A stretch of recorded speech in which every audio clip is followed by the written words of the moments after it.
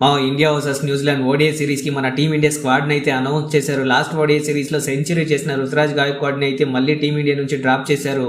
ఇదైతే చాలా బాధాకరమనే చెప్పాలి. ఈవెన్ డొమెస్టిక్ క్రికెట్ లో కూడా సూపర్ ఫామ్ లో ఉన్నాడు, అయినా కూడా సెలెక్ట్ చేయలేదు.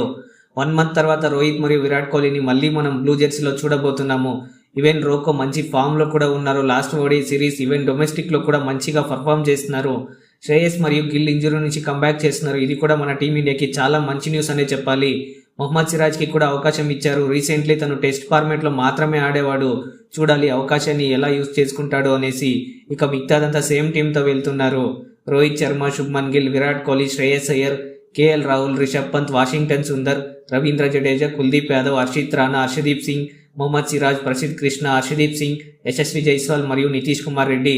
మా టీమిండియా స్క్వాడ్ సెలెక్షన్ మీకు ఎలా అనిపించిందో కామెంట్ చేయండి. వీడియో వర్తి అనిపిస్తే లైక్ చేసి డైలీ క్రికెట్ అప్డేట్స్ కోసం మన ఛానల్ని సబ్స్క్రైబ్ చేసుకోండి మావా.